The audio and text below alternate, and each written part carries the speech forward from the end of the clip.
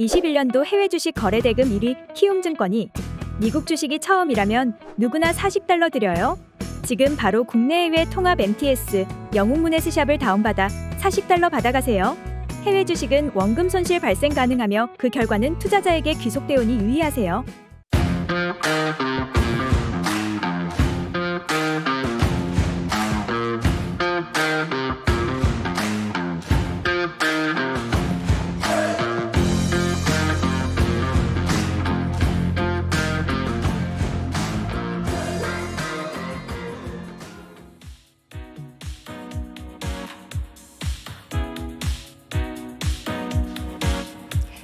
아침의 시작을 알리는 글로벌 주식 라이브 월스트리트 모닝 브리핑 1월 19일 목요일 시작하겠습니다. 네, 안녕하세요. 여도은입니다. 반갑습니다. 장우석입니다. 네, 여러분 목요일 이 시간 장우석 부사장님과 함께하는 시간이 다시 돌아왔습니다. 조금 제 모습이 어떻습니까, 여러분들? 여기 머리 산뜻한... 이발도 하시고. 이발이요? 아이씨라뇨? 이게 아니고 네. 그 이발 중요한데 네네. 제가 어제 라면을 먹고 잤어요, 밤에. 그러니까 그거를 모르겠다니까요, 부사장님. 모르겠습니까? 모르겠다는 것은 제가 원래 부어 있는 건지 살찐 건지를 모르겠다는 얘기로 인정하면 되겠습니까? 근데 약간 이제 나이가 한 살 한 살 들면은 얼굴이 약간 퀭해지는 그런 게 있잖아요. 퀭해집니다. 그래서 오히려 밤에 라면 하나 먹고 자서 다음날 살짝 부은 얼굴을 좋아하는 그런 중년도 있다고 하는데 우리 저는 아침에 눈이 안 떠져 이렇게 막 너무 안 떠져갖고 눈두덩이 너무 무거워 막 이거는요. 너무 무거워갖고 고생을 많이 했습니다. 여러분들 라면은 절대 밤에 드시면 안 됩니다. 근데 또 잘 붙는 체질이신 거예요. 그게 왜 잘 붙느냐?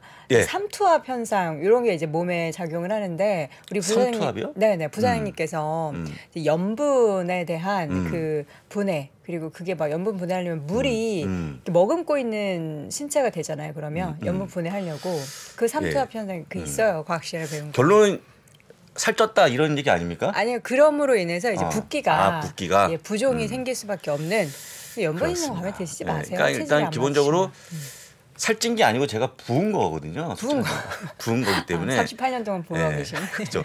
보시고 일단은 다행스러운 거는요. 시장은 좀 그런데 날씨가 굉장히 푹해졌습니다. 그래요? 아침에 영하 6도 찍히던데요? 이제 라면 드셔가지고 이제 아침 열기가 전혀 안 추웠는데 그렇습니다. 라면에 후유증이었다고 좀 보면 될 것 같습니다. 오늘 라면 드시고 나오셔서 어저께 밤에 많이 배고프셨나 봐요. 배고픈 게 아니고 어제 약간 느끼한 음식 피자를 먹은 다음에 입가심을 라면을 했습니다. 입가심. 피자 받고 라면까지 드시니까 이렇게 부으셨죠. 근데 사실은 저는 피자를 먹으면 입이 계속 뭔가 좀 느끼해요. 콜라 드셔야죠. 콜라는 또 몸에 안 좋으니까. 라면은 뭐 염분 많은데. 넘어가겠습니다. 우리 부사장님이 뭐를 이제 합리화하시려고 안 되네요. 콜라는 안 좋으니까 라면을 하시면서 이렇게 많이 부어오셨다라는 걸 어필하려고 하는데 제가 봤을 때는 크게 다르지 않다라는 거. 자, 그렇습니다. 여러분들의 건강 또 부사장님의 건강을 늘 저는 챙겨보도록 하겠고요. 주식으로 벌면 오래 살아야 합니다. 오래 사셔야 한다고 해요. 잘 챙기시고요. 잠시 후 이제 우리 부사장님 오셨으니까 오늘 브리핑은 우리 부사장님이 쭉 해주실 예정이고요. 심층 인터뷰. 우리 시청자분들이 이분을 여의도의 데프콘이라고 부르시더라고요. 왜 데프콘이죠? 데프콘 모르세요? 알죠. 그 래퍼. 닮았다는 또 의견이 얼굴이 있습니다. 그래서 근데 또 보고 싶어 하셔가지고 왜 그분 안 나오시냐. 오늘 나오십니다. ISN 이지환 대표 잠시 후에 만나보도록 하겠고요. 오늘도 월가의 소식은 미국 주식에 미치다 이항영 전문위원과 함께 하도록 하겠습니다. 자, 농심 광고 노리신 건 아니죠? 어저께 라면 어떻게 신라면? 네, 맞습니다. 신라면 신라면이 최고죠. 작은 사이즈 컵라면. 그거밖에 안 드셨는데 이 정도. 제가 사실 양이 작아요. 그래요? 예, 그렇습니다. 적게 드시고 많이 부으시는 우리 장 부사장님. 미국 시장 어땠습니까? 좀 초반 제가 싫어하는 패턴이 쫙 연출이 있더라고요. 그렇습니다. 근데 제가 보기에 만든 시황이니까 판단하시면 좋을 것 같고요. 제가 보기에는요. 차익 매물과 손해 파면 부진으로 인해서 시장이 빠졌다라고 볼 수 있을 것 같고 나스닥이 8일 만에 하락한 겁니다. 8일 만에. 엄청나게 상승하다가 빠진 걸 보여드리고요. 바로 한번 3대의 흐름을 짚어보겠습니다. 우리 여동원 앵커 되게 싫어하는 그런 모습인데 죄송합니다. 지금 제가 지수가 빠졌네요. 그림이. 그래요? 저한테는 있는데? 있습니까? 네. 제가 갖고 온 그림이에요? 네. 네, 그럼 한번. 저는 띄울 수가 없어요. 아 여기 나왔습니다. 있네요. 예. 나왔습니다. 정신 차리십시오, 부장님. 아니, 한번 눌렀더니 네. 넘어가는 바람에 보여드립니다. 네. 다우지수 1.81% 하락했고요. 네. 나스닥이 1.24%, S&P 1.56% 빠지는 그런 모습이 나왔는데 아까도 말씀하셨지만 여동은행가 가장 싫어하는 그림이 나온 걸로 보입니다. 계속 빠졌죠. 정강 후약. 후약이고 이것만 보게 되면요. 오늘까지 빠질 만한 그런 그림인데 왜요? 계속 빠지고 있는 그림이니까. 밑에 이제 마지막에 양봉이 아니고 음봉으로 마감됐기 때문에. 하지만 오늘은요. 달리 보셔야 될 게 오늘 밤에 끝나고 나서 넷플릭스 시장에 나오지 않겠습니까? 아, 그렇습니까? 네, 거기 달려있다고 좀 보시면 좋을 것 같습니다. 3대 수가 빠졌다고 좀 보시면 될 것 같고 제가 보기에 아까 말씀드린 이유가 뭐냐 바로 우리가 보여주고 있는 소매 부진이 나왔는데요. 이 소매 판매가 사실은 소비와 연관된 거기 때문에 잘 보시면 좋은데 전망치 0.9% 마이너스에서 더 커진 모습이 나왔죠. 1.1% 마이너스로 커졌다고 보시면 좋을 것 같습니다. 악화된 그런 지표의 모습을 보였다고 좀 보면 되고요. 자, 이게 보시면 큰 그림 보시게 되면 일단 두 달에서 빠지는 그런 모습이 나와갖고 좀 어려워진 상황이라고 좀 보시면 될 것 같고요. 이걸 증명하는 게 있는데 다음 페이지 보시면 이런 겁니다. 자꾸 두 개씩 넘어가 이게요. 하나. 죄송합니다. 이걸로 제가 넘기겠습니다. 지금 증명하는 게 뭐냐면요. 우리가 알고 있는 음식료 업종에 대한 하락이 좀 깊었는데 여러분들 보시는 것처럼 음료 기업들 다 빠지는 그런 모습이 나왔고 맨 위쪽에 있는 겁니다. 아래쪽에 보시게 되면 허쉬 같은 것도 빠지는 그런 모습이 나왔거든요.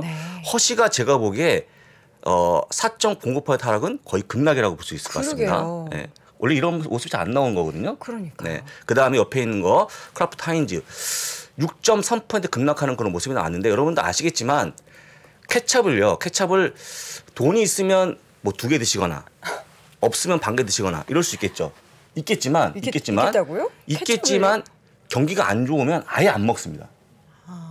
그래서 일단은 그렇습니까? 우리가 침체가 깊어질 때 이런 업종이 빠지는 거를 다시 한번 확인시켜 드리고요.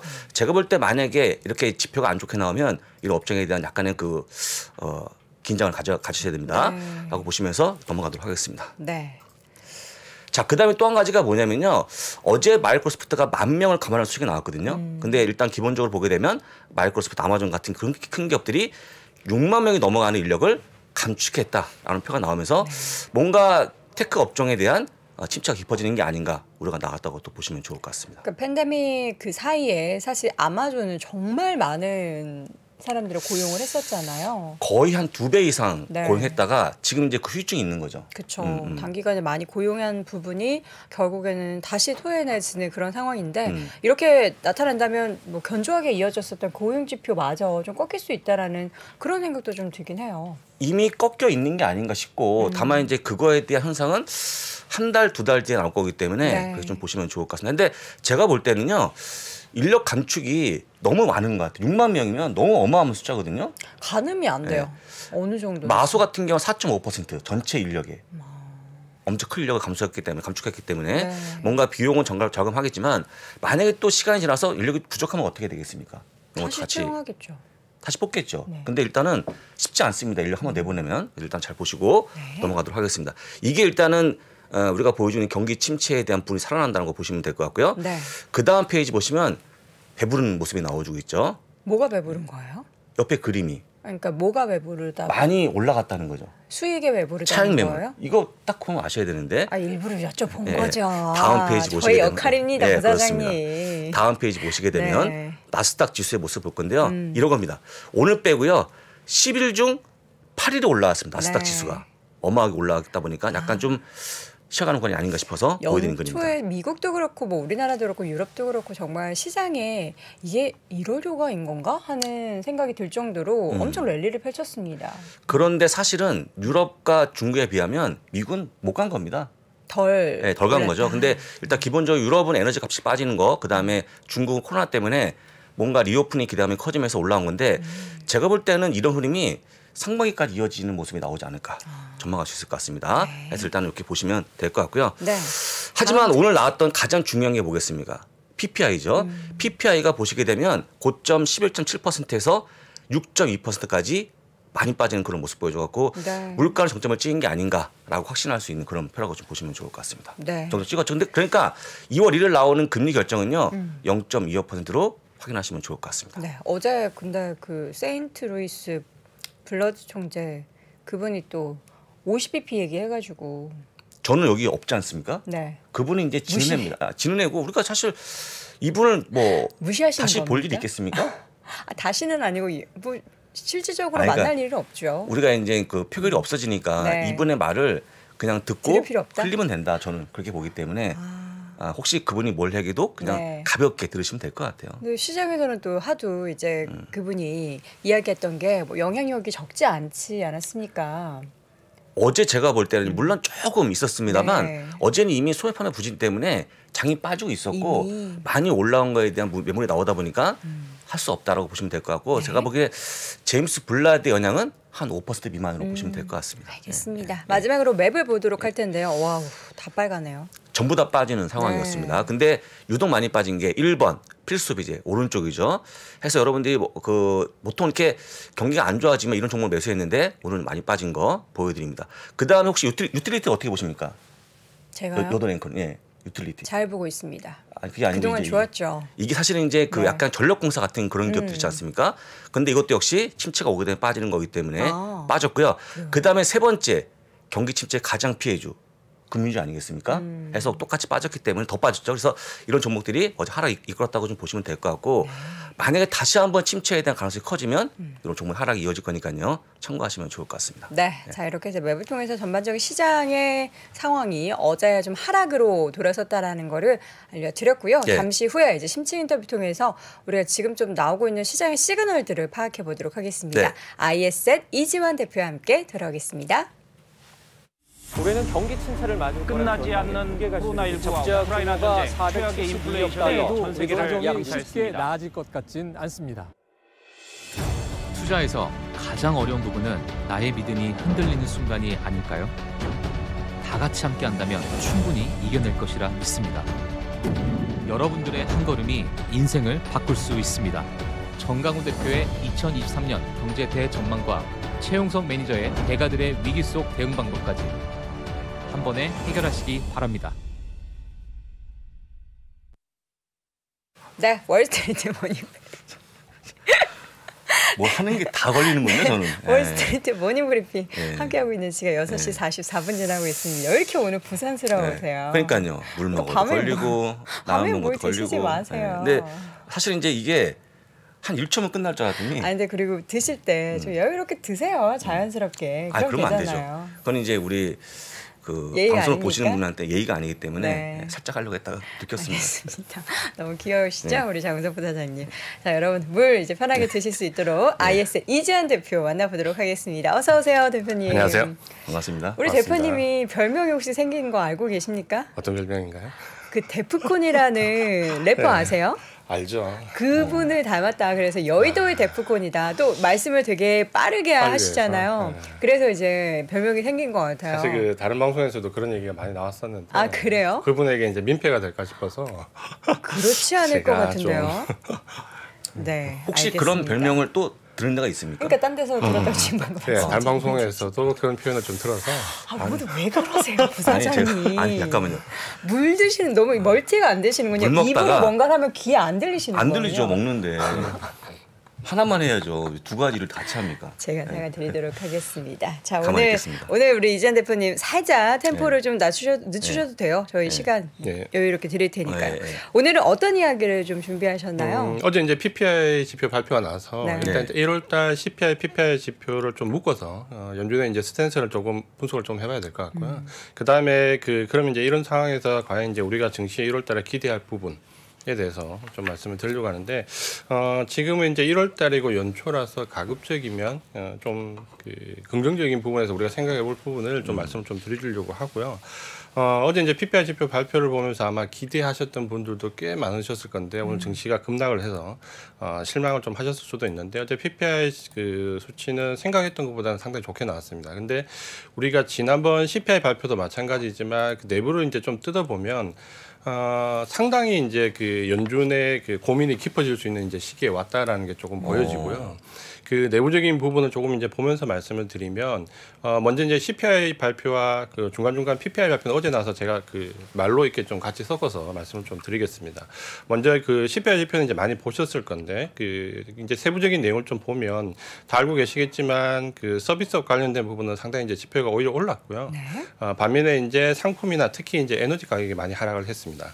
그러니까 이 에너지와 상품 가격이 많이 하락을 했는데 어제 그 PPI 지표도 발표를 보면 예상치보다 좀 6.2%로 낮게 나왔는데 거기를 보면 역시 이제 에너지 가격이 에너지 부분이 한 7.9% 어제 PPI도 하락을 했고 식료품 가격도 한 1.2% 정도 하락을 했습니다. 네. 그러니까 전반적으로 보면 에너지나 상품 가격 하락이 좀 컸었는데 이 부분은 우리가 이제 결국은 해석을 할 때 수요가 결국에 이제 부진에 따라서 가격이 이제 조정되고 있다. 수요 부진이 이제 본격적으로 일어나고 있다라고 해석을 좀 할 수가 있거든요. 그러니까 이런 부분이 이제 연준이 의도한 부분이기는 하지만 어제 이제 PPI 부분이나 CPI 부분에서 차지하는 그 하락 속도를 보면 어쩌면 이제 연준이 의도한 것 이상으로 지금 이제 하락폭이 좀 나오고 있다라고 보셔도 좀 될 것 같고요. 그러니까 이 수요 부진에 의한 그 인플레이션 우려감이 감소하는 게 이게 이제 일단 의도된 바이긴 하지만 속도 조절은 분명히 좀 필요할 겁니다. 그러니까 연준이 이번에 아마 제 생각에는 파월이 이 부분을 보고 이거 조금 생각했던 스탠스보다 조금 빠르다라는 생각을 좀 가졌을 수도 있다라는 부분을 첫 번째 좀 말씀을 좀 드리고 싶고요. 두 번째 이제 그럼에도 불구하고 우리가 조금 우려스러웠던 부분은 이게 제가 이제 좀 입방정일 수도 있는데 지난번에 나왔을 때 그 CPI 발표 나기 전에 이번에 만약에 CPI나 PPI 발표가 서비스나 주택 관련된 부분이 하락을 하면 증시가 급등할 가능성이 있다라고 말씀드렸는데 아쉽게도 이 서비스와 주택 관련된 부분은 오히려 그 상승하는 모습을 좀 보였습니다. 그렇죠. 예. 이게 이제 아마 좀 해석이 좀 안 좋아질 것 같고요. 특히 이제 보면 어제 이제 PPI도 마찬가지인데 에너지나 식료품을 제외하고 우리가 코어 물가를 좀 보면 그 지금 이제 보시는 그래프 왼쪽을 좀 보면 회색 부분이 근원 소비자 물가 코어 부분인데 이게 보면 11월까지 하락 기조를 이어다 지난번 이제 12월 달 수치가 조금 상승을 했습니다. 그러니까 서비스 부분이 조금 상승을 했고 반면에 그 서비스 부분의 상승과 함께 상품 가격의 하락이 둔화될 정도를 보면 서비스 부분의 상승 부분이 더 눈에 띌 정도로 그 상승폭이 조금 더 나왔거든요. 그러니까 이 부분이 조금 안 좋았다라고 좀 우리가 생각을 좀 해야 될 것 같고 이 서비스 부분의 상승 부분에서 우리가 좀 유심히 볼 부분은 그 의료비 상승이 좀 꽤 많이 나왔습니다. 네. 그리고 주택 관련된 부분 렌트 비용이 지난번에 0.2% 정도 하락을 해서 조금 기대감을 가졌는데 이게 또 이제 상승으로 다시 전환이 됐고요. 그러니까 이런 부분을 본다면 우리가 서비스 부분에서 의료 부분이 상승했다라는 거는 고용과 직접적인 연관이 있거든요. 결국은 이제 고용이 타이트하다는 부분이 실제적으로 서비스 부분에서 어느 정도 이제 반영이 되었다라는 부분이 좀 보여진다.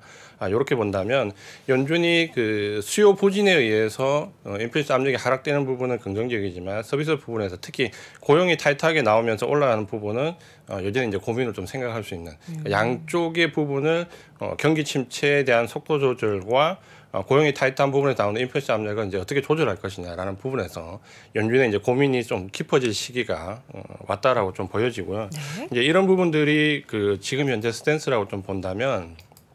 어제 이제 PPI 지표 발표도 거의 이제 유사하게 나왔고 그렇게 본다면 이제 지금 현재 나와 있는 CPI나 PPI 발표를 보면 사실 1월 달에 그 증시가 이제 1월 효과라고 얘기할 수 있을 만큼 이제 초반에 좀 상승폭이 좀 좋았는데 어제 이제 크게 한 방 얻어맞았지만 그렇게 본다면 이제 여기서 이제 연준의 선택이 과연 어떻게 될 것인가 이 부분이 조금 중요해질 것 같고 어떻게 보면 파월의 이제 그 실제 그 컨트롤 능력이 여기서부터 이제 나와야 되지 않을까라는 부분을 좀 생각해 볼 수 있습니다. 그 지금 보시는 이제 자료가 조금 중요할 것 같은데요. 네. 이게 이제 메리츠 증권에서 나왔던 자료인데 그렇다면 이제 상품 수요가 둔화돼서 CPI를 어디까지 떨어뜨릴 수 있냐라고 본다면 이게 한 5% 중반까지는 떨어뜨릴 가능성이 좀 있다라고 예상을 하고 있고 여기에 이제 최근에 이제 급락했던 에너지 가격 수요 둔화 이게 그 에너지 가격이 좀 드라마틱하게 떨어진다는 가정하에 예측을 해보면 CPI가 3% 초반까지도 하락이 가능할 것이다. 이렇게 보고 있거든요. 그러면 지금 현재 상품 수요 둔화나 에너지 수요 둔화가 지금 가파르기 때문에 이 두 가지를 합쳐서 그러면 기대해볼 부분이 CPI가 3% 초반까지는 가능할 것이다. 라고 이제 예측이 좀 나와 있습니다. 근데 이제 지금 현재 파월이 이제 주장하는 바는 2%를 아주 강경하게 얘기를 하고 있잖아요. 만약에 이제 이전에 우리가 기대했던 뭐 그린스펀이 좀 얘기했던 CPI 한 3 중반 때부터 예를 들어서 금리 인하 시작한다면 이게 증시에 급반응이 나올 수 있는데 만약에 지금 2%를 고집한다면 사실 이 정도 가지고는 금리 인하 기대감을 좀 가지기는 어렵거든요. 결국 이제 서비스 물가에서 의료나 주택 부분이 떨어져야 되는데 의료 부분 부분은 결국 이제 타이트한 고용 부분이 완화가 분명히 돼야 되는 부분이고, 그러니까 주택 같은 경우는 우리가 알고 있는 것처럼 이제 호행성이기 때문에 짧으면 6개월, 길면 1년까지도 호행성으로 보이기 때문에 당장 떨어지기는 어렵다라는 부분인데, 어쨌든 이 서비스 물가까지 완전하게 둔화가 되어야지만 2% 진입이 가능하다라고 보는데, 우리가 이제 조금 아쉬운 부분은 이 에너지 수요 둔화에 의해서 3% 초반으로 가능한 부분을 그 내년 초 정도로 잡고 있거든요. 그러면 사실 이 올해 안에 연내 금리 인하가 가능한 시점이 될 거냐라는 기대감은 사실 좀 많이 이제 희박해지는 거죠. 이렇게 본다면은. 그래서 이제 요 부분이 연초에 그 연말 연초에 우리가 가졌던 기대감이 인플레이션 압력이 좀 떨어지면 금리나 조기나 피벗에 대한 가능성이 좀 높아지면서 뭔가 희망적인 부분을 봤다면 이렇게 이제 올라오는 주가의 상승은 어느 정도 한계가 좀 있다라고 보셔야 될 것 같고, 그게 이제 지금 시점에서부터는 이제 좀 그 붉어질 가능성이 있다라고 봐야 되고, 예를 들어서 이제 어제 주가의 반응을 보면 PPI가 예상보다 낮았기 때문에 주가가 순간적으로 상승을 했다가 소매 판매에 대한 부분이 좀 악화된 부분이 또 반영이 되면서 주가는 결국에는 이제 큰 폭으로 좀 하락을 했거든요. 그러니까 우리가 연초에 그 인플레이션 관련돼 있는 지표에서 점점점 경기와 관련된 지표로 시장 해석이 옮겨갈 것이다라는 부분이 아마 이제 어제 시점 PPI 발표를 전후로 해서 시장에 좀 변화가 있지 않을까라는 부분을 좀 인지를 하는 게 중요할 것 같습니다. 지금 아까 그 피벗 가능성에 대해서 이야기하시면서 이제 물가만 보면은 사실 말씀해 주셨던 그 2%의 목표치에 도달하기가 진짜 연내에 힘들 것이다라는 얘기도 있는데, 또 반대로 예상 외로 이게 상반기에 가능할 수도 있다라는 시나리오도 일부 있고요. 또 물가만 볼 게 아니라 지금 연준의 이런 스탠스를 지킬 수 없다라는 그런 이야기는 경기 침체가 만약에 더 지금보다 심각하게 대두가 된다면 피벗이 우리가 예상했던 것보다 더 빨리 올 수도 있다, 이런 시나리오도 있어요. 너무나 다양한 시나리오가 지금 시장에 전해지고 있어서 저는 뭘 따라가야 될지 모르겠어요. 이제 그 부분이 이제 지난번에 좀 희망적으로 말씀드렸던 네. 이 지표보다 이제 기대 인플레이션이 먼저 꺾여서 들어오면 연준이 이제 좀 그 실적으로 나설 수 있지 않을까 하는데, 아마 이제 지금부터 그 PPI가 발표되고 난 이후부터 아마 이런 양쪽의 경기 침체에 대한 우려감이나 고용이 타이트한 데서 오는 서비스 쪽에 그 압박을 해야 된다, 이 양쪽의 측면을 보면 여기서부터 이제 절묘한 그 파월의 이제 능력을 좀 보여줘야 되는데, 예를 들어서 이제 지난번에 말씀드린 것처럼 그린스펀처럼 아주 강단 있게 여우 같은 정책을 취하거나 아니면 그러니까 예전에 이제 옐런처럼 아주 치밀하고 안배된 그런 세밀함을 보여줄 것이냐, 이제 이런 부분에 대한 기대감이 좀 들어야 되는데, 어제 그 파월이 그 코로나19에 걸렸다는 얘기 때문에 파월이 감염되셨다고 그 얘기 때문에 사실 뭐 주가가 출렁거렸다는 얘기도 사실 중간에 좀 그 물론 이제 그거는 바이든 대통령도 걸렸었잖아요. 파월도 지금 어제 아마 걸렸다고 이렇게 나오는 것 같아요. 이제 그 부분 때문에 능력을 발휘해야 되는데, 일단 그 코로나 일단은 얘기가 어제 나와가지고 주가 출렁거렸다는 부분도 좀 있습니다. 그래서 그 부분을 보면 이제 파월이 선택을 해야 되는데, 결국 이제 제가 볼 때는 이런 거죠. 그러니까 지금 현재 연준이 쓸 수 있는 카드가 사실은 작년처럼 아주 75bp 연속되는 금리 인상을 할 수 있는 시기는 아니잖아요. 그렇게 본다면 아마 입은 더 거칠게 가야 될 거고 행동은 더 온순하게 가야 될 겁니다. 그러니까 결국은 입은 더 거칠게 시장을 압박해야 될 것이고, 하지만 이제 금리 인상은 예를 들어서 25bp나 혹은 건너뛰는 형태의 좀 그런 그 온순한 형태를 좀 보여야 되는데, 언행 불일치가 된다는 그렇게 돼야 되는 거죠. 그래서 이제 어쩌면은 이분 더 금리 인하하기 직전까지도 굉장히 시장을 압박할 수 있다라는 부분이 좀 보여진다. 이렇게 이제 이해를 좀 하시면 될 것 같고요. 그래서 이제 이런 부분들을 본다면 결국 이제 우리가 그 주식 투자를 하시는 분들이 좀 기대할 부분은 아마 이제 올 그 1분기나 상반기가 과연 이제 주식 시장의 저점이 될 수 있을 것이냐라는 부분. 그러니까 상저 하고에 대한 그 기대 심리가 굉장히 많이 들어와 있잖아요. 그러니까 이 부분에 대한 기대치는 제가 볼 때 좀 가져가는 거는 현재로서는 좀 맞을 것 같고요. 지난번에 제가 이제 말씀드렸을 때 우리가 지금 현재 이런 인플레이션 감소에 대한 기대감으로 증시가 고점을 갱신해서 올라간다라고 생각하기는 조금 눈높이를 낮출 필요가 있다. 대신에 저점을 이탈하지 않는다면은 주식 투자를 하시는 분들한테는 이번에 이제 기회가 좀 될 수 있다라는 관점으로 말씀 좀 드렸는데, 오늘은 이런 이제 연준의 스탠스를 본다면 제가 봤을 때 증시의 급등락을 크게 야기할 것 같지는 않습니다. 당분간은. 그렇다면 1분기 저점 눈이 가능한가라는 부분을 우리가 좀 찾아볼 필요가 있는데, 이 부분을 말씀드리면 일단 그 상저 하고에 대한 얘기가 나왔던 그 가장 큰 이유는 아마 이제 GDP 성장률을 보고 대부분 이제 예측을 좀 많이 했었습니다. 그러니까 내년도 올해 2023년도 GDP 성장률을 본다면 1분기가 성장률이 0.4% 정도로 가장 낮게 나오거든요.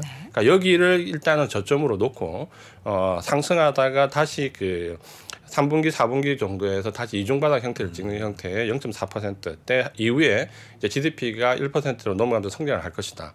그러니까 이렇게 본다면 지금 2023년도 상반기 1분기 정도에 저점 어느 정도 형성할 수 있다라는 논리로 지금 이제 상저하고를 얘기를 하고 있거든요. 그러니까 이렇게 본다면 일단 우리가 어느 정도 납득할 수 있는 논리가 좀 되고, 그 다음에 이제 여기에 직접적으로 작용할 게 이제 4분기 실적입니다. 뭐 이게 그래프는 많이 보셨을 건데 4분기 실적은 뭐 가이던스 엄청 낮아져 있습니다.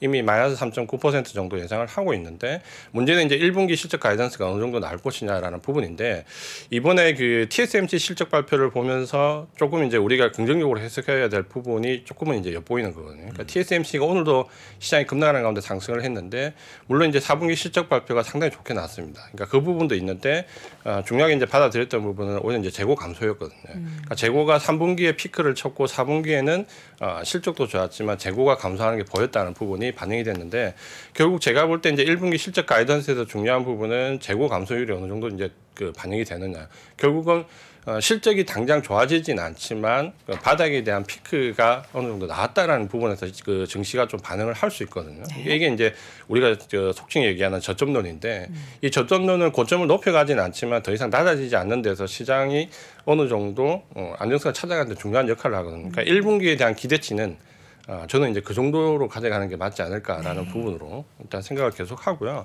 여기에 이제 저점론에 한 가지 변수가 되는 게, 제가 볼 때는 그 중국의 결국 위드 코로나 그 리오프닝이 어느 정도 이제 진행이 될 거냐라는 부분인데, 여기서 이제 그 우리가 그 이전에 우리도 마찬가지지만 미국도 마찬가지고 유럽을 보면 코로나가 정점 이후에 위드 코로나에서 실제적으로 리오프닝이 그 증시에 완전히 반영되는 그 결정적인 시점이 조금 선행되는 시점이 한자가 정점을 딱 지나는 그 시점이었거든요. 그러니까 그 시점을 본다면 사실 중국은 지금 정확한 코로나 환자를 제시를 하지 않고 있잖아요. 수치 제시 자체를 지금 한 2주 전부터 이제 공식으로 하고 있지 않기 때문에 우리가 정점을 지금 빠른 건 1월 중순 지금 시점이라고 보는 것과 1월 하순이라고 보는 시점이 지금 많이 나오거든요. 그래서 요 이제 일단 공식 수치가 없기 때문에 보도된 내용을 본다면 1월 17일 날 우리나라 측에서 이제 발표했던 내용은 대도시 한 70에서 90% 정도가 이미 감염이 된 것 같다. 그래서 대도시의 정점은 지금 아마 지나가고 있는 것 같다라는 보도가 있었고, 11일 날 이제 베이징 대학에서 전체 인구 64% 정도가 이미 감염이 되었다. 그래서 9억 명 정도가 이미 코로나에 감염이 됐다라는 정점론을 얘기를 했고요. 그러니까 그렇다면 이제 우리가 유추를 좀 해본다면 대도시 중심으로 이제 정점론은 확실히 들어온 것 같고, 이게 이제 지방으로 확산되는 건 아마 1월 21일에 중국의 이제 춘절 연휴에 들어갑니다. 그러면 대도시의 그 정점론이 지났던 부분이 아마 이동을 하게 되면 지방까지도 아마 환자 수가 폭증할 걸로 예상이 좀 되고 있고, 이때 아마 환자가 정점에 도달한다면 이 시점이 아마 1월 하순 정도가 되지 않을까, 이렇게 좀 예상을 하거든요. 그러면 1월 하순 정도가 지나면서부터 중국의 리오프닝이 이제 본격적으로 시작될 수 있고, 그렇다면 이게 이제 3월 달에 중국이 양해를 앞두고 시진핑 주석의 3기 취임을 앞두고 뭔가 코로나 정점론 이후에 경제 봉이라는 쪽에 이 시기적으로도 어느 정도 맞아 떨어지거든요. 어쩌면 중국은 1월 달에 코로나의 정점을 유도할 수도 있다라는 부분이 좀 보이거든요. 그러니까 이런 부분을 본다면 이게 이제 1분기 접종론에서 또 중요한 역할을 할 수 있을 것이다라는 한 가지 판단을 좀 하고 있습니다. 그래서 이제 그렇다면 이제 저점론이 나오려면 사실 이제 주가가 더 이상 이제 떨어지지 않는다는 바닥론이 좀 형성이 돼줘야 되거든요. 근데 지금이 낮은 수준은 아니잖아요. 그래서 이제 그 부분을 말씀드리려는 거예요. 여기까지는 약간 장밋빛인데 네. 우리가 이제 또 한 가지 짚어봐야 될 부분이 S&P 500 PR 기준으로 봤을 때 그렇다면 지금 현재 바닥을 형성할 수 있는가라는 부분인데, 요거는 무조건 또 나쁘게 볼 필요는 없습니다. 그러니까 약간 논란이 될 수 있는데 12월 달 종가 기준으로 S&P 500이 16.7배 정도 됩니다. 그러니까 우리가 이제 그 차익의 시점을 가정하면 그 닷컴 버블이 왔을 때가 13배였거든요. 네. 그리고 금융위기가 왔을 때 한 8배 정도 됩니다. 그러니까 요때는 이제 그야말로 진짜 차익의 시점일 때고요. 팬데믹 때가 우리가 피해 한 13배 정도 됐습니다. 우리가 이 평균값으로 보면 한 16배, 15.99배 정도 되고요. 이걸 이제 우리가 중간값으로 놓으면 한 14.91배 정도 됩니다. 이렇게 놓고 보면 아직까지는 수치가 낮은 것은 아니다라는 그 얘기를 하는데, 저는 이제 이 수치가 12월 기준인데 아마 1분기가 지나면 이 수치가 조금 많이 변화가 있을 거라고 보거든요. 그러니까 이 수치가 생각했던 기준 평균값 이하로는 떨어질 걸로 저는 좀 예상을 합니다. 1분기에. 그러면 그 평균 이하값은 들어가는데 닷컴 버블이나 뭐 금융위기 때 저 정도까지 가지는 않겠죠. 그러면 저 정도까지 간다라는 전제는 어떻게 보면 경기가 아주 침체로 가야 된다는 얘기일 수도 있거든요. 역으로. 그래서 그렇게는 오히려 기대치를 높이기보다는 평균 이하값으로 내려가면 어느 정도 저점이 형성할 수 있는 1분기 분위기는 형성될 수 있다. 다만 절대 수치가 낮은 게 아니기 때문에 지금 뭐 당장 주가가 고점을 치고 올라갈 수 있는 그런 상황은 아니다라고 인식을 하시는 게 좋을 것 같습니다. 1분기 저점론을 기대할 수 있는 여러 가지 요인들을 쭉 봤는데 마지막으로 이제 경기 침체의 정도도 중요하다라고 했는데 어느 정도 경기 침체가 돼야 예상을 할 수 있나요? 우리가 저점을. 그래서 사실 이제 그렇게 보면 경기 침체는 우리가 어느 정도 가정을 해야 되는 거잖아요. 그쵸. 가정을 해야 되고 지금 우리가 이제 올해 가장 생각을 많이 해야 될 부분이 분명히 상황은 나쁘다라는 부분을 인식하는 부분인데 이 나쁘다는 게 과연 이제 생각했던 예상했던 부분보다 더 나빠지느냐 아니면 예상했던 수준보다는 좀 덜 나빠지느냐에 따라서 주가의 반응은 상당히 큰 차이로 나올 수 있을 걸로 일단 예상을 좀 하고 있습니다. 그래서 경기 침체의 정도가 지금은 가장 좀 중요할 것 같고요.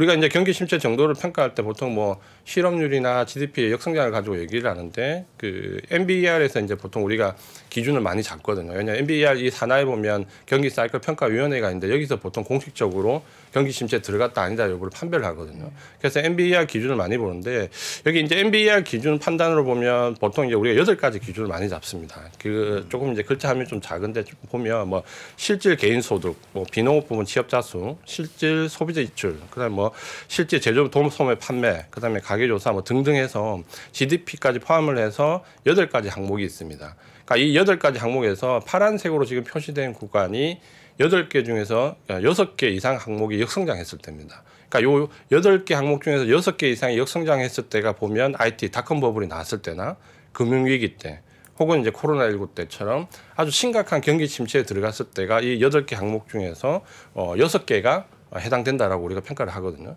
그러면 지금 이제 우리가 과연 경기 침체 정도가 어느 정도 갈 거냐 부분을 예측을 하는데 제가 이제 그 마지막 번에서 말씀드리고 싶은 부분은 이걸 이제 우리가 좀 객관적으로 볼 필요가 있다라는 거죠. 그럼 지금 현재 2022년 작년 이제 4분기 12월 달 말 기준으로 보면 이 8개 항목 중에서 가계 그 조사 고용 쪽에 해당되는 그 1개 항목만 지금은 역성장에 해당이 됩니다. 그러니까 지금은 이제 8분의 1 정도 들어와 있다라고 봐야 되는 거죠.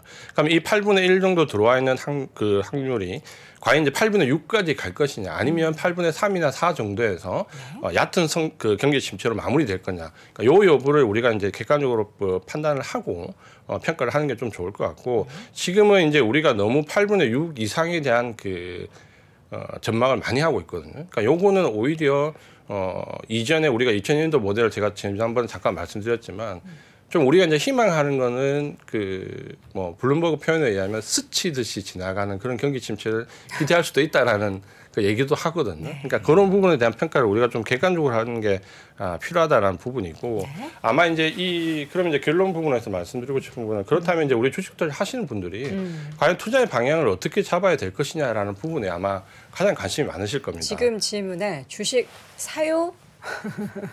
네, 저는 사야 된다고 판단하는 그 생각입니다. 그러니까 저는 이제 좀 관점이 이제 중장기 투자를 선호하기 때문에 장기적인 관점의 투자자가 예를 들어서 그 제가 이제 최근에 말씀드렸던 저점을 고점을 갱신하진 않지만 저점을 이탈하지 않는 상태가 아마 1분기, 2분기, 3분기 정도 지속이 된다면 지나고 보면 분할로 장기로 접근하시는 분들은 지금이 주식을 살 수 있는 어떻게 보면 상당히 좋은 기회가 될 수 있습니다. 물론 이제 단기적인 모멘텀으로 접근하시는 분들은 그 저점이 지켜진다 하더라도 상저하고의 그 파동을 견디기가 어렵겠지만, 장기 투자자라면 오히려 편안하게 지금부터 그 주식 투자를 좀 분할로 들어가는 게 좀 저는 좋지 않을까.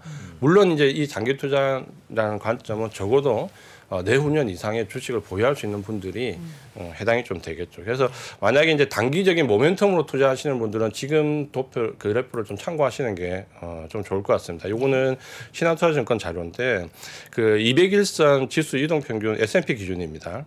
이격도를 가지고 우리가 평가를 했을 때 이격도 그러니까 쉽게 말씀드리면 202평선 S&P 아래쪽에 있을 때, 여기서 이제 이격을 좁히면서 상승할 때, 즉 바닥권에서 상승할 때에 주가 상승률을 보면 낙폭 가대주가 상당히 아웃퍼폼 가장 성적이 좋습니다. 그러니까 이때까지는 낙폭 가대주 위주로 접근을 하시는 게 맞고요. 200일 이동 이평 그 이격이 이제 좁혀지고 202평을 만약에 넘어가게 되면 여기서부터는 실적 관련 부분의 그 성적이 확실히 좋습니다. 그게 이제 왼쪽 그래프에서 표시를 하고 있는 부분인데, 그래서 여기 파란색과 노란색 올라가는 부분을 보면 낙폭 가대주와 실적 관련 부분의 그 아웃퍼폼이 좀 다릅니다. 그러니까 이걸 평가해 본다면 오른쪽에 그 그래프를 보시면 이게 이제 S&P 500 최근에 200이동 평균선에 지금 그래프거든요. 보면 딱 걸쳐 있죠. 저 분홍색 선 200이동 평균선인데 여기에 딱 걸쳐 있습니다. 그 이전에 그 낙폭 가됐을 때 보면 이 202평선을 넘어가지는 못했거든요. 그러니까 지금까지의 베어마켓 랠리라고 우리가 판단한다면 지금까지는 이제 낙폭 가대주가 당연히 성적이 좀 좋을 수밖에 없는 상황이었고, 만약에 이제 올해 여기 202평선에 물려 있는데 여기서 왔다 갔다 하는 정세가 좀 되겠지만 여기를 넘어가게 되면 그 다음부터는 낙폭 가대주가 아니라 실적 관련된 종목으로 이제 주도주가 옮겨간다라는 거죠. 그러면 우리 그 개인 투자자분들께서는 이 202평 기준으로 이격도가 늘어나서 아래쪽에 있을 때는 낙폭 가대주, 위쪽으로 넘어갈 때는 실적 관련주, 이렇게 주도주를 선별하면서 모멘텀으로 대응하시는 전략이 올해는 좀 유효할 것 같다. 부분을 말씀을 좀 드리고 싶습니다. 네, 알겠습니다. 오늘도 정말 다양한 근거 자료를 통해서 브리핑 해주시느라 숨이 많이 하나도 안 차 보이셔가지고 참 저는 이 우리 대표님의 늘 의문을 제시하는 아가미설. 숨을 아가미로 쉬실 수도 있다라는 그런 생각이 드는데요. 오늘도 다양한 인사이트 있는 내용들 전달해 주셔서 대단히 감사합니다. ISN 이지환 대표 함께했습니다. 고맙습니다. 고맙습니다. 지금은 돈 버는 투자 아이디어 탱고픽 할 시간입니다. 정프로 뭐하니? 투자 정보 본다. 어디서? 탱고픽. 그거다 무료니. 무료다. 정프로 뭐하니? 돈 번다. 어디서? 지금 탱고픽에서 돈 되는 이벤트를 많이 진행 중입니다. 더 늦기 전에 앱스토어에서 탱고픽을 검색하십시오. 대리 불러야지. 천사들이 때리는 1588-2004 불러요. 천사들이 1588 천사들이. 안심 귀가 천사대리 1588-1004. 월스트리트 모닝 브리핑 한국투자신탁운용과 함께합니다.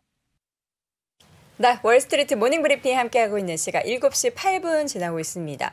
저는 유독 목요일이 더 시간이 빨리 가는 것 같아요. 제가 있기 때문이죠. 네. 어떻게 월화수목금 함께해 주시면 안 돼요? 자, 빨리 이한우 위원님을 불러보겠습니다. 위원님 나와 계십니까? 네, 위원님. 네, 안녕하십니까. 네, 안녕하세요. 네. 아유, 참 뒤에 그림이 너무 좋습니다. 보여서 잘 안 보이는데 거짓말 하시네요. 네. 자, 오늘 이항영 위원님과 함께 또 시장 이야기 나눠볼 텐데요. 네. 어제는 좀 시장이 쉬어가는 움직임들이 보였습니다. 네, 1월에 많이 달렸기 때문에 뭐 이 정도 쉬어가는 것은 괜찮은 조정인 건가요? 맞죠. 나스닥이 8일 만에 하락을 했고요. 네. 다만 S&P 500이 1.5%, 1.4%가 규모는 컸습니다. 한 달 만에 폭으로 보면 가장 크게 늘었고, 앞선 코너에서 이 대표께서도 말씀하셨지만 이제 200을 선을 확실히 넘어가면 좋은데 이게 작년 하반기에 10월, 11월에 한 2번 정도 하다가 안 됐거든요. 잠깐 걸쳤다가 내려오고 6월 달에는 닿기 직전에 내려오면서 201선이 이렇게 힘듭니다. 그러니까 지금 3번이 안 됐는데 이번에는 4번째 도전인데요. 좀 돌파해서 쑥 올라갔으면 하는 생각을 하고 있습니다. 다만 오늘 같은 데 보면 굳이 1월 찾으려면 찾긴 찾지만 그게 합리적인 설명이 될까 하는 거에 대해서 약간 의문점이 있습니다. 수매 판매가 이제 큰 폭으로 둔화됐다. 이게 어찌 보면 좋게 해석할 수도 있거든요. 그렇지만 오늘 좀 악재로 반영됐고요. 생산자 물가 지금 마이너스가 좀 크게 나왔는데요. 생각보다 크게 나왔는데 그것도 호재 인식할 수 있는데 그게 0 이상하게 반영됐고요. 다시 보면 이제 연준 인사의 매파적 발언이 지속됐다 얘기하고 앞선 코너에서 이제 그 파월 의장이 코로나19에 걸렸다는데 그거 증상은 별로 없다 하거든요. 누구나 다 걸리는 거니까 걱정할 수준도 아니라고 보고 있는데 여하튼 굳이 따지면 연준 인사들 얘기거든요. 근데 사실 보면 세인트루이스 연방은행 블라드 총재는 뭐 똑같은 얘기하기 때문에 이제 장소 부사장님이 그냥 가면 쓰고 대신 얘기해도 될 정도입니다. 지금요. 누구나 다 할 수 있는 얘기고요. 메스터 총재도 거의 뭐 한 3주 이상 한 달에 2번 나오거든요. 똑같은 얘기입니다. 이분은 최근 들어서 금리 인상 기조가 지속돼야 된다는 얘기하고 있고요. 5% 이상 금리 올려야 될 필요성이 여전히 있다고 생각하는데요. 굳이 이것 때문에 제가 길게 말씀드렸지만 이것 때문에 주가 떨어졌을까? 저는 그건 아니라고 보고 있고요. 그냥 좀 오늘 쉬었다라고 저는 솔직히 생각하고 있습니다. 네. 가면을 쓰고 말해야 되는데 그만큼 뭐 기조가 달라지지 않고 있다라는 그렇죠. 그런 이야기를 재밌게 해주셨습니다. 어제 발표됐었던 소매 판매가 시장에 좀 부정적인 영향을 미쳤어요. 네, 맞습니다. 소매 판매가 전월 대비 1.1% 떨어졌어요. 전망 0.8%였는데 이제 12월은 그나마 세일즈가 잘 돼야 되는데 재미없었다. 그런 얘기가 되게 있고요. 잠시 이와 관련돼서는 뱅크 오브 아메리카의 얘기도 한번 전에 시간이 되면 전해드리겠고요. 생산자 물가 지수가 이제 전월 대비 0.5% 내려갔습니다. 분명히 좋은 거죠. 좋은 건데 오늘 주시장은 큰 영향이 없었다라고 보셔야 되겠고요. 다음은 금리입니다. 금리는 오늘 3.42% 초반까지 이제 떨어졌습니다. 오늘 금리가 좀 제법 많이 떨어졌기 때문에 오히려 이런 걸 보면 주시장은 호재 인식하는 게 맞다라고 보셔야 되겠습니다. 다만 오늘 시장은 그런 호재는 반영 안 되고 굳이 찾은 악재가 좀 반영됐다. 사실 악재 같지도 않은 악재인데요. 그래서 떨어졌다라고 보셔야 되겠고요. 오늘 이제 미국 달러는요. 미국 달러는 결론을 보면 보합, 강보합, 약보합 정도인데요. 굳이 따지자면 5월 이후 최저 수준까지 떨어졌습니다. 그래서 어제도 이제 모건 스탠리 얘기, 물론 반대되는 의견, JP 모건 의견은 약간 달러가 더 하반기에 4분기에 강해질 수도 얘기하고 있지만 달러가 이렇게 내려가는 것은 누가 뭐래도 좋은 거다라고 말씀드릴 수 있겠습니다. 달러가 이렇게 내려가는 것은 진짜 이거 누구한테는 다 좋은 거죠. 그러니까 굳이 한국과 미국 거를 교환한 그걸 환을 거래하면서 달러 갖고 있으신 분은 한국 자산을 보면 약간 속상하지만 그 외 모든 분들은 달러가 내리면 누구한테나 행복한 거다라고 보셔야 되겠습니다. 네. 상품 가격도 이어서 볼까요? 네, 상품 가격도 오늘 이제 구리나 알루미늄이 전부 다 이제 약보합으로 끝났지만 추세는 완전히 살아 있습니다. 네. 그러니까 구리나 알루미늄은 5월, 6월 이후 최고가고요. 반면에 이제 오늘 보여드렸지만 천연가스는 또 최저가를 가고 있거든요. 근데 이제 구리나 알루미늄이 왜 이렇게 올라가느냐? 이런 것들 왜 올라가느냐? 그리고 왜 유가가 살아있느냐? 바닥에서 더 떨어지지 않고 약간씩 반등하느냐는 그거는 계속 올해 계속 말씀드리지만 중국이라는 나라에 기대감이 있다는 겁니다. 그러니까 중국이 리오프닝을 복잡하게 생각할 게 없습니다. 중국에서 공장이 다시 돈다. 여기 이제 포커스를 맞추시면 그런 관련된 산업, 관련된 어떤 소재 이런 것들이 있는 거죠. 그래서 은근히요 알게 모르게 여러분들 다 시장이 좋고 나쁘고 있고 밈스탁이 난리 나지만 밈스탁도 아닌데 멀쩡한 주식 막 잘 나가는 것들의 대표적인 것이 캐터필러잖아요. 그러니까 캐터필러가 왜 좋겠습니까? 어딘가 지금 산업 현장에서 뭔가 필요하다는 거거든요.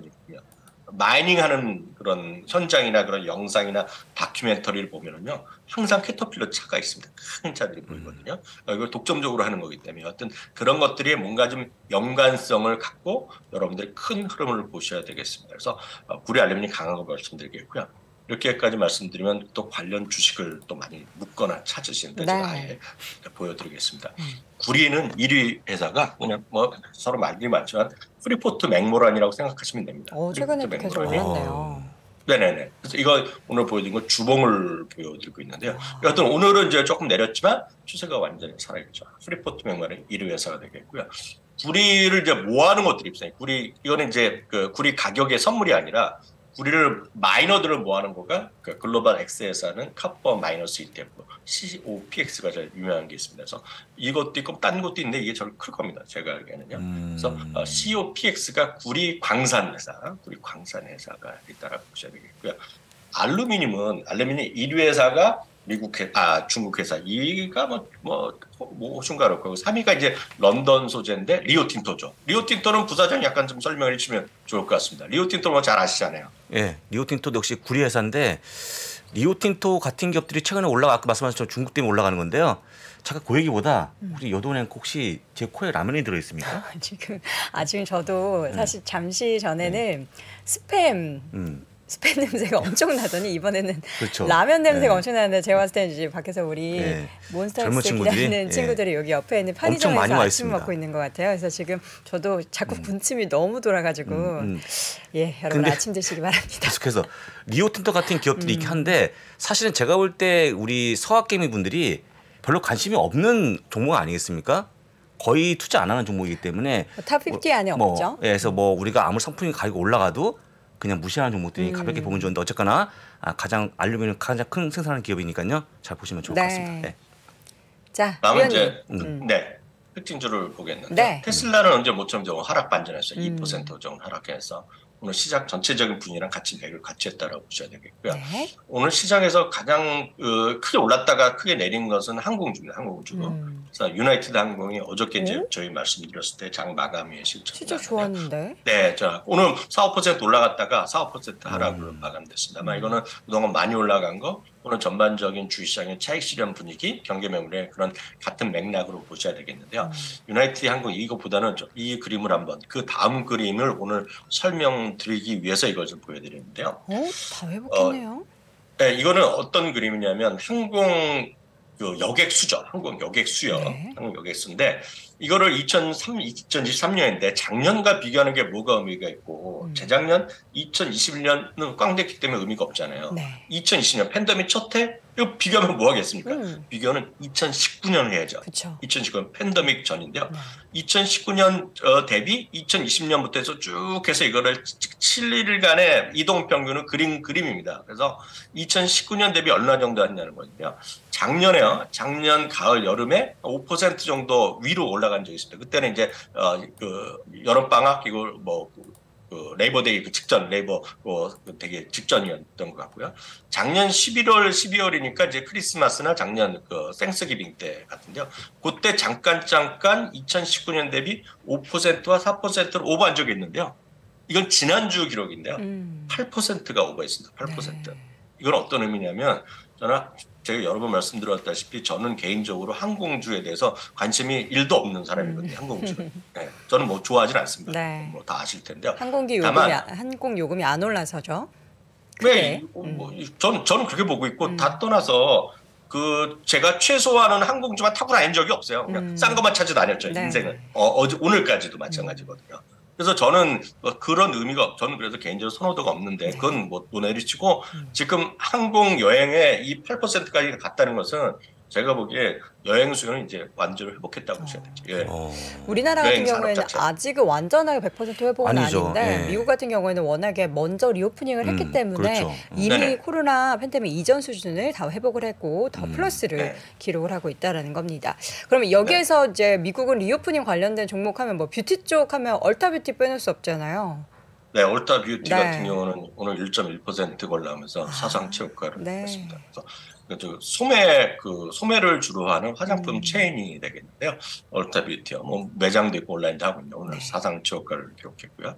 페이퍼스트리어, 코치요. 이거는 52주 최고가인데요. 이런 것도 여전히 살아나는 것들이 계속 있습니다. 그래서 소매 업종에 천차만별입니다. 지금 소매 업종이요. 그래서 아주 비싼 거 그리고 또 아주 저렴한 것도 괜찮고 나름 또 합리적인 가격대 이런 것들이 괜찮은데 그래서 잠시 후에 합리적인 가격에 소비에 관련된 거 좀 세 종목 소개해드리도록 하겠고요. 네. 다음은 이제 모더나입니다. 모더나가 이거는 이제 뭐 저도 찾아봤더니 뭐 전문가들은 아시겠지만 좀 잘 모르겠어요. RSV 백신에 뭐 하기도인지 뭐라고 써 있는데 뭔지 모르겠고 여하튼 백신 후보 물질의 긍정적 결과 나면서 오늘 상당히 오늘 갭상승했다가 음보로 나오면서 마감됐습니다. 네. 어제 오늘 시장에서 가장 큰 주목을 받았던 것은 역시 마이크로소프트가 아닌가 싶습니다. 그러게요. 마이크로소프트는 어저께는요 매도 의견이 등장했거든요. 매도라뇨. 가 났는데요.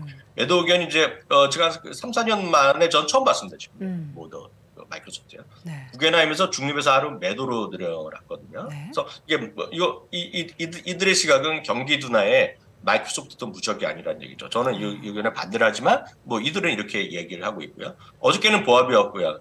또 하나 뉴스는 어저께는 그것 때문에 큰 뉴스였고 오늘은 모든 뉴스에 뭐 블룸버그, CNBC, 뭐 야후 할 것 없이 오늘 주식과 관련된 거 비즈니스 측면에서 제일 큰 거는 드디어 이제 마이크로소프트도 10,000명 감원을 발표했거든요. 네.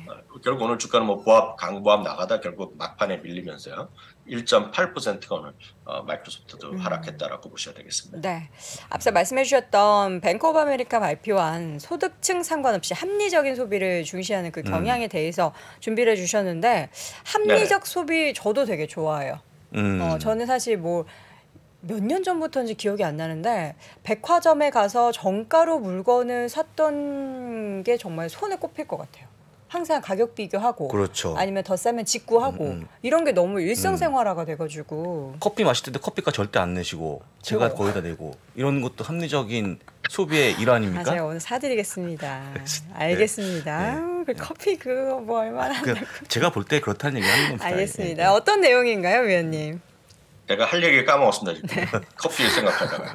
네. 그 오늘 마치면 그 오늘 소매 판매가 났고 소매 판매는 마이너스가 났잖아요. 네, 부진했죠. 근데 오늘 뱅크 아메리카에서는 뭐 그것 때문에 그 자료가 만든 건 아니겠으나요? 네. 금년 소비 트렌드를 몇 가지 얘기하고 있는데 그걸 단어 하나로 한 거는 트레이드 다운입니다. 트레이드 다운. 트레이드 다운은 이제 트레이드를 하는데 낮게 한다는 거잖아요. 직역을 하면은요. 네. 이거는 뭐 영어의 문제가 아니거든요. 트레이드 다운이라는 건 합리적 소비, 합리적인 소비, 아니면 이제 합리적으로 이제 저렴하게 사고 우리를 보면 가성비 중시 뭐 이런 거 있지 않습니까? 이런 의미가 영어로 트레이드 다운이라고 생각하시면 될 것 같은데요. 물론 아주 소득 계층에 따라서 아주 돈이 많은 분들은 이럴 수 있잖아요. 여도 앵커는 이제 백화점에서 정가를 안 줬다고 하지만 돈이 진짜 많고 여유가 있으면 사람 보기는 싫어서 항상 초대장 받아서 딴 데 들어가서 그냥 정가 다 주고 사는 대접받는 분도 있잖아요. 있단 말이죠. 네. 근데 대부분의 경우에는 소득 계층과 상관없이 합리적인 소비를 증시하는 그런 것들이 지금 바뀌고 있다라고 얘기하고 있습니다. 이것을 보면 어떤 물건일 수도 있고 값도 있고 여러 가지 풀면이 있는데 여기서 주식 흥미연구가 주식 3개를 설명했는데요. 제가 말씀드리면 제가 오늘 굳이 여러 가지 자료 중에 이거란 거는 저희 책과 관련이 있어서 그래요. 미국 주식이 답니다. 네. 첫 번째 주식 제가 이거 굳이 뭐 첫 번째 두 번째를 안 가리고 이 자료에 보면 첫 번째가 바로 플래닛 피트니스입니다. 플래닛 피트니스는 저희 여러 번 말씀드렸잖아요. 한 달에 10불 내지 아무리 블랙 멤버 해봤자 25불로 그냥 운동하러 다니는 거죠. 운동하러 헬스클럽 피트니스 센터가 되겠는데요. 여기 보면 이제 25불에 블랙 멤버 들어가면 친구도 데려올 수 있고 선텐도 무료로 할 수 있고 전국 어디라도 달 수 있고 이런 거거든요. 그러니까 플래닛 피트니스가 지금 작년 4분기, 3분기 기준으로 보면 지금 사상 최대 멤버 수 회원을 갖고 있거든요. 바로 이런 것들이 지금 합리적 소비의 대표 주자라는 얘기하고 있습니다. 파이퍼 샌들러도 얼마 전에 2023년에 탑픽으로 올려놨는데요. 네. 목표 주가 100불을 제시하고 있는 것이 첫 번째 주식이 되겠습니다. 다음은 두 번째인데요. 이거는 제가 보긴 봤는데 제가 뭐 쇼핑해 본 적은 없습니다. 아카데미 스포츠 앤 아웃도어즈라는 것인데요. ASO라는 심볼을 쓰고 있고요. 주가는 보다시피 최고가 수준을 가고 있는데요. 이걸 보시면 다양한 스포츠 용품 이런 것들을 상당히 합리적인 가격, 합리적인 어떤 유통망을 통해서 이걸 한다고 합니다. 그래서 이것을 좋게 보고 있습니다. 아카데미의 스포츠 앤 아웃도어즈에서 ASO가 포함되어 있고요. 마지막은 저는 이런 쪽에 친하지 않은데요. 네. 솔로 브랜드라는 겁니다. 이거는 아마 다들 모르실 것 같고요. 부사님 처음 들어보셨을 것 같은데요. 2021년 말에 상장돼서 주가는 75%가 떨어졌습니다. 엄청 떨어졌는데요. 딱 보시면 이 회사의 대표 제품이 모르겠어요. 우리나라에도 이거 쓰시는 분 계실지 모르겠지만 화로? 솔로 이거가 그 화로라고 하나요? 화로? 뒷마당에 보면 불멍 하죠. 불멍. 네네. 근데 우리는 마당 있는 경우가 그렇게 많지 않으니까. 그리고 여행지 갈 때 가끔 캠핑 가서 가고 사실 이게 대표 상품이고 여기 들어가 보면 뭐 카약도 있고 아웃도어에 관련된 거 모두 다 판다고 합니다. 여기서요. 그래서 솔로 브랜드라는 건데요. 심플은 DTC인데요. DTC인데 이 세 가지를 오늘 뱅크 아메리카에서는 말씀드렸던 트레이드 다운이라고 하면서 이 종목들을 소개했다는 것도 그래서 참고하시면 좋을 것 같아요. 네, 간단하게 월간 시각 몇 가지만 확인해 볼까요? 네. 월간 시각은 뱅크 아메리카의 FMS 펀드 매니저 서베이를 한번 소개해드리겠는데요. 아시다시피 전 세계요 7,100억 달러 이상의 자산을 운영하는 250명의 펀드 매니저 서베이를 했고요. 조사 기간은 1월 6일부터 10일이었는데요. 미국 주식의 비중 확대 입장을 보이는 펀드 매니저가 2005년 이후 최저 수준까지 떨어졌다고 합니다. 그래서 이거는 긍정적으로 오버웨이트 하는 사람과 오버웨이트에 반대하는 사람인데요. 지금 미국 비중을 줄이고 있다. 그런 쪽으로 여러분들 일단 해석을 하시면 되겠고요. 다음은 우리가 두 가지 정도 보시면 되겠는데요. 리세션 우려는 앞서 이제 이 대표도 얘기하셨지만 리세션 우려는 뱅크 아메리카의 설문조사에 따르면 6개월 내에 최저 수준까지 떨어졌답니다. 그러면 그렇게 많이 떨어진 게 아니라 77% 정도가 6개월의 가능성이 있다고 얘기했는데 68% 정도가 이제 가능성이 있다 얘기하는 것처럼 조금은 줄어들었다. 그래서 이런 걸 갖고 마일드 리세션을 기대한다라고 보셔야 되겠고요. 거기에 이제 가장 큰 이유는 중국의 리오프닝이다라고 이해하시면 되겠고요. 다음은 이제 말씀드렸던 중국 경제에 대해서 말씀드리겠는데요. 중국 경제의 성장 기대감이 17년 최고 수준에서 지금 많은 펀드 매니저들이 중국을 보고 있다. 그리고 유럽과 이머징 마켓의 비중을 확대하고 있다는 것. 특히 유럽 비중 확대 의견이 꽤 많다는 것도. FTSE 100이 결국 이틀째 지금 사장제 효과를 못 가고 있는데요. 하여튼 유럽에 대한 관심이 많이 있다는 것. 다만 현금 비용은 조금 줄어들었는데 현금을 대부분이 미국보다는 다른 나라에 샀다는 것. 그만큼 미국에서는 해외 시장에 대한 어떤 분산 투자를 강조하고 있다는 거 참고하시면 좋겠습니다. 네, 알겠습니다. 오늘도 월가의 소식 전반적으로 쭉 전해주셨고요. 캐나다 현지에 계시는 미국 주식에 미치다 이항영 전문위와 함께했습니다. 위원님 고맙습니다. 고맙습니다. 네, 감사합니다. 네, 자 이렇게 해서 오늘 월스트리트 모닝브리핑 함께했는데요. 빨리 사과하세요. 뭘요? 사과하세요. 뭔 사과? 저한테 커피값 진짜 안 내게 생겼다는 이런 말도 안 되는 댓글까지 올라오잖아요. 제가 샀던 거 어떻게 다 카운팅해요? 제가 오늘 사겠습니다. 커피는. 지금 머리숱 자꾸 없어지는데 더 머리숱 사라지시게. 여러분. 네. 제가 그리고 제가 핸드폰 그거 케이스 드린 거. 핸드폰 하셨어요? 케이스. 그게 커피 한 세 잔 이게 커피 한 3잔 값. 제 이제 뒤에. 네, 이거 왜 안 떼셨어요? 비닐 이거 뭘요? 떼셔야 돼요. 이거 떼야 됩니다. 몰랐어요. 네. 거울처럼 쓸 수 있습니다. 여러분 저 그렇게 조잔한 사람 아닙니다. 이거 선물 준분입니다. 네, 쓸 때는 팍팍 쓰고 하는데 우리 부사장님이 또 제가 계산하려고 하면 이런 거 왜 내세요? 그러면서 방송에서는 이걸로 재밌게 저를 디스하시는. 알겠습니다. 오늘도 커피 얻어 먹을 거예요, 여러분. 자, 오늘 월스트리트 모닝 브리핑 함께 했는데요. 음식 냄새가 너무 가득한데. 너무 납니다. 진짜 미치겠어요. 나는 이걸 뭐라고 환향인가? 환청 뭐 이런 거 있잖아요. 내가 어제 먹은 라면이 내 몸에서 올라오나? 계속 생각했어요. 이거 어디서 나는 냄새지? 근데 그게 향이었거든요. 옆에서 나는 향이었습니다. 네, 여러분들 아침 모두 챙겨 드시고요. 저희는 내일 오전 6시 30분에 다시 돌아오겠습니다. 여러분 고맙습니다. 고맙습니다.